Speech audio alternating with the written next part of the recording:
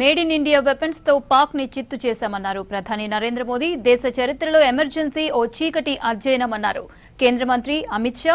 మహారాష్ట్ర ఎన్నికల్లో అక్రమాలు జరిగాయని ఆరోపించారు ఎల్ఓపీ రాహుల్ గాంధీ. పంజాబ్ ప్రజలు ఆమ్ ఆద్మీ పార్టీ వెంటే ఉన్నారన్నారు సీఎం భగవంత్ మాన్.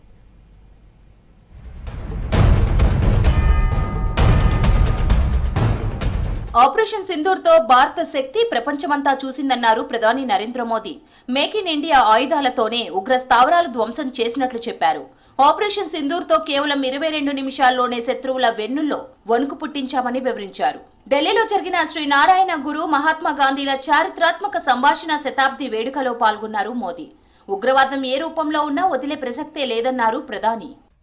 ఆపరేషన్ సింధూర్ आतंकवाद के खिलाफ भारत की कठोर नीति को दुनिया के सामने एकदम स्पष्ट कर दिया है। हमने दिखा दिया है कि भारतीयों का खून बहाने वाले आतंकियों के लिए कोई भी ठिकाना सुरक्षित नहीं है। साथियों, आज का भारत देश हित में जो भी हो सकता है और जो भी सही है उसके हिसाब से कदम उठाता है। భారతదేశ చరిత్రలో ఎమర్జెన్సీ ఓ చీకటి అధ్యయనం అన్నారు కేంద్ర మంత్రి అమిత్ షా. ఎమర్జెన్సీకి 50 ఏళ్లైన సందర్భంగా ఢిల్లీలో నిర్వహించిన కార్యక్రమంలో పాల్గొన్నారు. అప్పటి పార్లమెంట్ ఆమోదం లేకుండానే అత్యవసర పరిస్థితి విధించారని విమర్శించారు. కాంగ్రెస్ పార్టీ నేతలకు ప్రజాస్వామ్యం గురించి మాట్లాడే అర్హత లేదన్నారు అమిత్ షా. क्योंकि अच्छे या बुरे किसी भी प्रकार की राष्ट्रीय घटना के जब 50 साल पूरे होते हैं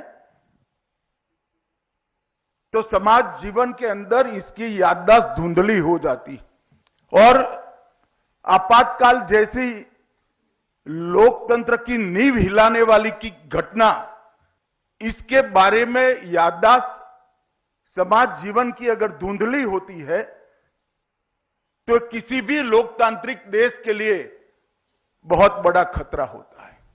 మహారాష్ట్ర అసెంబ్లీ ఎన్నికల్లో అక్రమాలు జరిగాయని మరోసారి ఆరోపించారు ఎల్ఓపీ రాహుల్ గాంధీ. సీఎం ఫడ్నవీస్ సొంత నియోజకవర్గంలో కేవలం 5 నెలల్లోనే 8% ఓట్లు ఎలా పెరిగాయని ప్రశ్నించారు. కొన్ని పోలింగ్ కేంద్రాల్లో 20 నుంచి 50% ఓట్లు పెరిగాయన్నారు. ఇవన్నీ ఎన్నికల సంఘానికి తెలియదా అని ప్రశ్నించారు. లేదంటే ఉద్దేశపూర్వకంగానే ఈసీ మౌనంగా ఉందా అని ఎక్స్ లో పోస్ట్ చేశారు రాహుల్.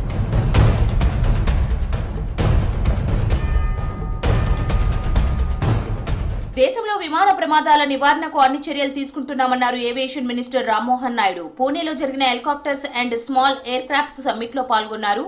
అహ్మదాబాద్ లో కూలిన ఎయిర్ ఇండియా విమానం బ్లాక్ బాక్స్ విదేశాలకు పంపారనే ప్రచారాన్ని ఖండించారు. ఫిక్కీ కేంద్ర విమానయాన మంత్రిత్వ శాఖ ఆధ్వర్యంలో విచారణ జరుగుతుందన్నారు Rammohan Naidu. And whenever I have spoken or previous ministers have spoken regarding civil aviation, safety is kept as the topmost priority. There shouldn't be no compromise on safeties. So regarding that, the Chardham operations also, we want to enhance the safety even more. We are looking into enhanced surveillance and creating more systems. We have seen that because there is a lot of hilly area there also, bring in better technology, bring in better air traffic control and see how you can better the systems. Punjab ప్రజలు ఆమ్ Aadmi party వెంటే ఉన్నారన్నారు ఆ రాష్ట్ర CM Bhagwant Mann. Ludhiana west assembly బైపోల్లో ఆప్ విజయంపై హర్షం వ్యక్తం చేశారు. ఆప్ లీడర్లు కార్యకర్తలతో కలిసి విజయోత్సవ ర్యాలీలో పాల్గొన్నారు. ఆప్ సర్కార్ అమలు చేస్తున్న సంక్షేమ పథకాలే బైపోల్లో గెలిపించాయన్నారు సీఎం మాన్.